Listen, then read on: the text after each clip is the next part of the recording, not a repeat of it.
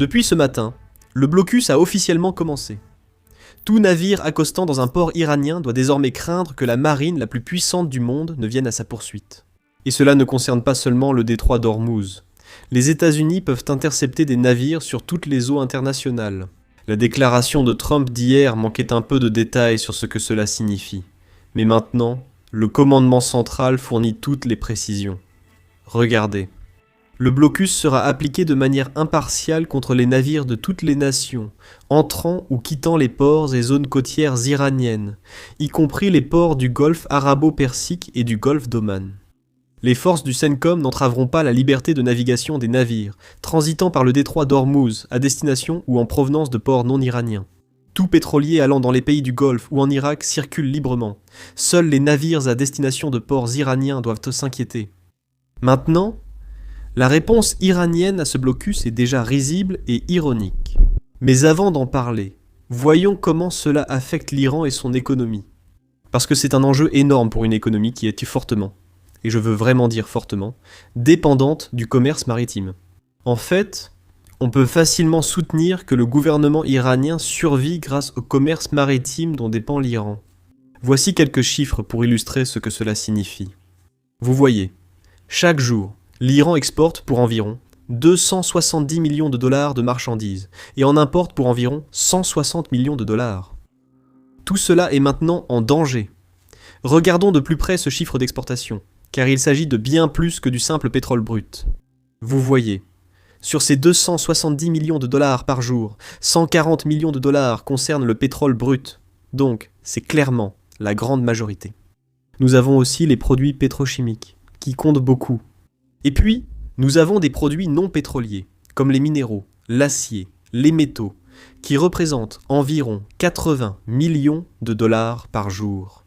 Cela signifie qu'une grande partie de l'économie iranienne, pas seulement l'économie pétrolière, mais aussi le reste de l'économie, va essentiellement s'arrêter parce qu'ils ne pourront pas exporter ces produits. L'Iran pourra sans doute remplacer une partie de ce commerce par des routes terrestres et trouver une solution de contournement au blocus. Mais ils n'ont pas tant d'options que ça. Et en plus de cela, pour créer ces alternatives, ils ont besoin de temps. Et comme nous allons bientôt le découvrir, l'Iran n'a pas beaucoup de temps en ce qui concerne ses exportations, plus précisément le pétrole brut. Ces pertes vont s'accumuler rapidement. Les exportations à elles seules s'élèvent à environ 8 milliards de dollars par mois que l'Iran aura du mal à exporter. Ensuite, ils ont le même problème avec les importations. L'année dernière, l'Iran a importé environ 58 milliards de dollars de marchandises, soit environ 160 millions de dollars par jour. Beaucoup de ces importations concernaient des biens de consommation, mais l'Iran importait aussi de nombreuses matières premières pour fabriquer des produits dans ses usines. Si les matières premières n'arrivent pas, les usines vont s'arrêter et les gens vont se retrouver sans emploi. Cela signifie que la situation économique à l'intérieur de l'Iran est sur le point de devenir bien pire. C'est ici que je veux vous rappeler ce qui s'est passé en janvier. Parce que la manifestation dont tout le monde parle n'a pas commencé comme un mouvement réclamant un changement de régime. Elles ont commencé car les gens étaient mécontents des problèmes économiques. Ils étaient mécontents de la mauvaise gestion économique du gouvernement. Et c'est exactement pour cela que, lorsque les manifestations ont commencé le 30 décembre, il s'agissait d'une protestation économique qui s'est rapidement transformée en revendication pour un changement de régime. Maintenant, nous savons tous ce qui s'est passé ensuite. Le régime a tué des dizaines de milliers de manifestants pour garder le pouvoir. Pourtant, les problèmes économiques dénoncés n'ont jamais vraiment disparu. Avec la guerre, les problèmes économiques n'ont fait qu'empirer. Et maintenant, ils sont sur le point de devenir bien pire. Et devinez quoi ? L'Iran n'a en fait pas beaucoup de temps pour résoudre ce problème de blocus, parce qu'avec ce problème, le temps ne joue pas en leur faveur. Laissez-moi vous montrer ce que je veux dire. Regardez le graphique à l'écran. L'Iran possède environ 50 à 60 millions de barils de capacité de stockage dans ses dépôts pétroliers. Maintenant, ils ont déjà utilisé environ 60% de cette capacité. Cela signifie qu'il ne leur reste qu'environ 20 millions de barils de capacité disponibles. Alors faisons un petit calcul rapide. L'Iran produit environ 1,5 million de barils de pétrole chaque jour. Cela signifie qu'il leur faudrait environ 2 semaines pour remplir la capacité disponible qu'ils ont en ce moment. À ce moment-là, les compagnies pétrolières iraniennes seront obligées de fermer des puits de pétrole. Et fermer des puits de pétrole causera des dommages permanents dont il sera difficile de se remettre. Cela signifie que si l'Iran ne résout pas ce problème immédiatement ou rapidement, ils se font essentiellement du mal à eux-mêmes, qui va leur coûter beaucoup d'argent à l'avenir, pendant très, très longtemps, peut-être de façon permanente. Lorsque vous fermez un puits de pétrole, vous perdez essentiellement 5 à 10% de sa capacité d'extraction. Donc, c'est comme si vous brûliez de l'argent. Et pour un régime iranien qui a désespérément besoin d'argent, ils ne peuvent pas se permettre de le brûler. C'est exactement pour cela que les responsables iraniens commencent à paniquer. Et on peut le voir à travers les déclarations qu'ils font publiquement. Mais avant d'entrer dans ces déclarations, un petit rappel à tout le monde d'appuyer sur le bouton j'aime et de s'abonner ci-dessous. Cela nous aide beaucoup avec l'algorithme, surtout récemment, car de nombreuses plaintes disent que nos vidéos n'apparaissent plus sur la page d'accueil. Donc, si vous êtes abonné, vous avez essentiellement plus de chances de voir toutes nos mises à jour. Maintenant, passons à la réaction iranienne. Le porte-parole militaire affirme maintenant que ces restrictions américaines sur les navires sont essentiellement illégales. Cela vient du même régime qui a commencé à attaquer des pays du Golfe qui n'ont rien à voir avec cette guerre. Ils ont également commencé à attaquer des navires civils de pays comme la Thaïlande.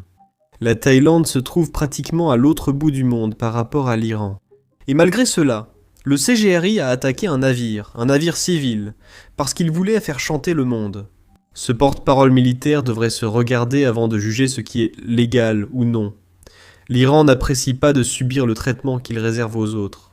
Certains responsables iraniens disent aussi qu'un blocus naval serait un acte de guerre.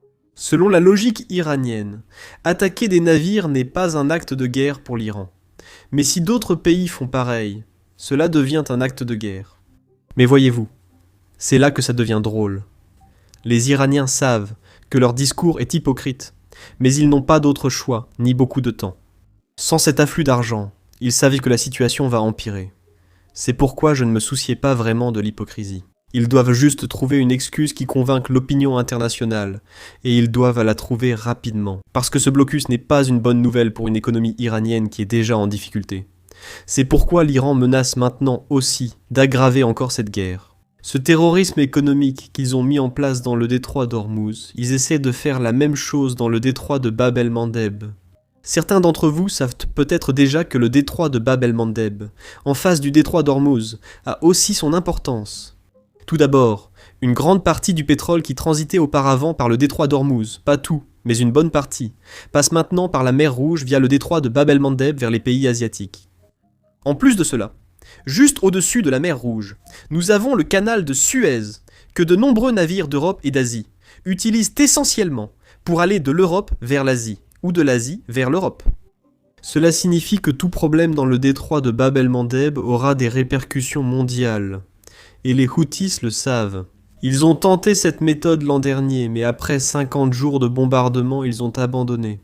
Il est donc peu probable que les Houthis essaient de refaire la même chose, mais l'Iran menace en disant qu'ils contrôlent les Houthis, et qu'ils peuvent les forcer à recommencer. Écoutez bien.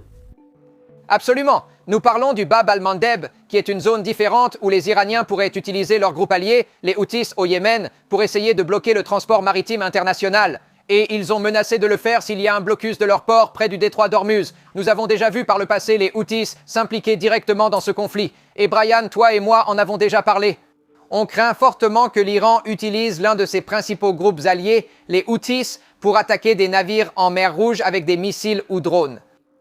Maintenant, il y a aussi un autre aspect dans toute cette affaire auquel les États-Unis et l'Iran doivent réfléchir. Et cet aspect, c'est la Chine.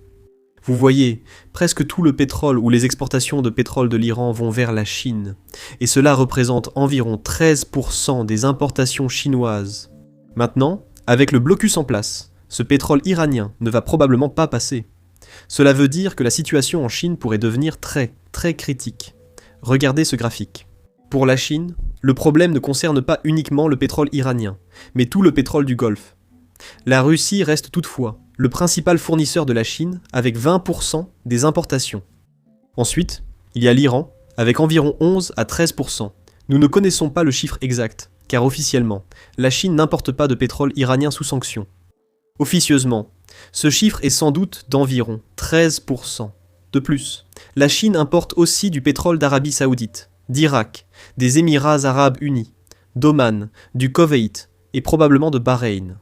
Tous ces pays utilisent le détroit d'Ormuz pour exporter leur pétrole. Cela signifie qu'environ 50% du pétrole chinois dépend du détroit d'Ormuz.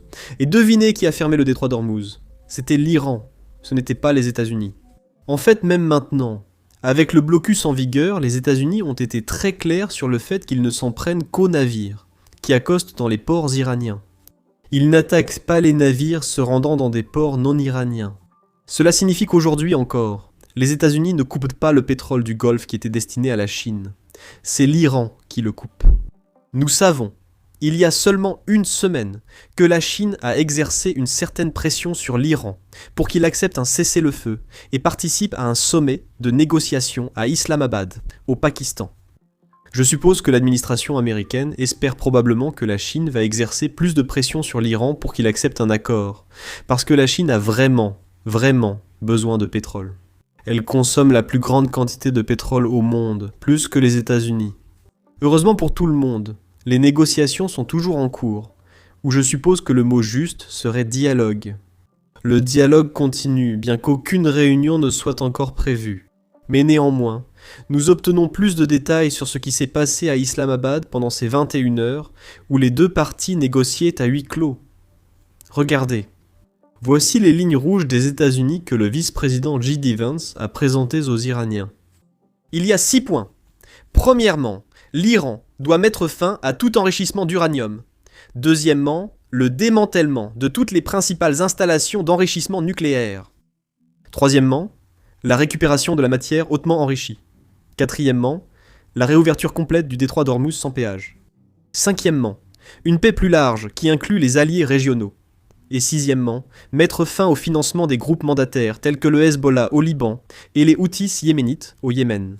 Cela signifie, comme nous l'avions deviné dimanche lorsque la réunion s'est essentiellement terminée, que les États-Unis ont en gros renoncé à toute condition concernant le programme de missiles balistiques de l'Iran. Ils peuvent avoir autant de missiles qu'ils veulent. Mais néanmoins, je supposais probablement aussi que les États-Unis ne seraient pas catégoriques sur le fait que l'Iran doit cesser de financer le Hezbollah et les Houthis. Mais il semble que ce soit l'une des conditions sur lesquelles les États-Unis ne bougent absolument pas. Ce sont les conditions qui existaient avant le début de la guerre, et elles sont essentiellement les mêmes aujourd'hui. Nous savons aussi que les États-Unis exigeaient essentiellement un gel de 20 ans des programmes d'enrichissement iraniens. En gros, pendant 20 ans, vous ne pouvez rien faire. Et probablement, l'espoir est que nous renégocierons quelque chose à nouveau lorsque le gel de 20 ans arrivera à expiration. Maintenant, malgré ce que les responsables iraniens disent publiquement, les Iraniens étaient en réalité ouverts à discuter de la question nucléaire. Mais malgré tout, les écarts restaient énormes entre les deux parties. Maintenant, un autre problème auquel les Iraniens étaient confrontés était que la personne qui pouvait prendre la décision finale ou conclure un accord final n'était en réalité pas présente dans la salle. Regardez ce reportage. Vous voyez, J.D. Vance, lui-même, a confirmé que pendant la réunion de négociation marathon de 21 heures, Vance a appelé le président Trump une demi-douzaine de fois, voire une douzaine de fois. Il ne se souvenait plus du nombre exact. Mais les Iraniens avaient trop peur d'appeler en Iran pour demander soit au guide suprême, soit à quelqu'un d'autre qui détient le vrai pouvoir. Ils craignaient un risque pour la sécurité et que des agences de renseignement tracent l'appel. Cela révèle deux choses. Premièrement, même si les Iraniens ont amené une centaine de responsables à cette réunion de négociation, ils n'avaient en réalité pas le pouvoir d'accepter un quelconque accord. Ils devaient ramener la proposition puis décider. Cela m'amène à mon second point. Il reste une chance que l'Iran accepte un accord à long terme après avoir ramené la proposition américaine en Iran, ce qu'ils ont sûrement déjà fait. Ils peuvent démontrer cela à la personne responsable, que ce soit le guide suprême ou quelqu'un d'autre. Peut-être que c'est le commandant du CGRI, Vahidi. Nous ignorons qui est cette personne dont les Iraniens attendirent l'aval. Je pense que c'est le guide suprême, mais ce n'est pas certain. Ils peuvent désormais présenter cette proposition à cette personne pour obtenir l'autorisation d'accepter un accord ou recevoir une contre-proposition, c'est-à-dire ce que les Iraniens sont prêts à accepter. Cela signifie que dans les prochains jours, nous pourrions réellement avoir un accord de paix à long terme. Seul le temps nous dira si nous avons des nouvelles. Je ne manquerai pas de vous tenir au courant dans une prochaine vidéo. Alors n'oubliez pas de cliquer sur le bouton s'abonner ci-dessous, et je vous retrouve dans la prochaine vidéo.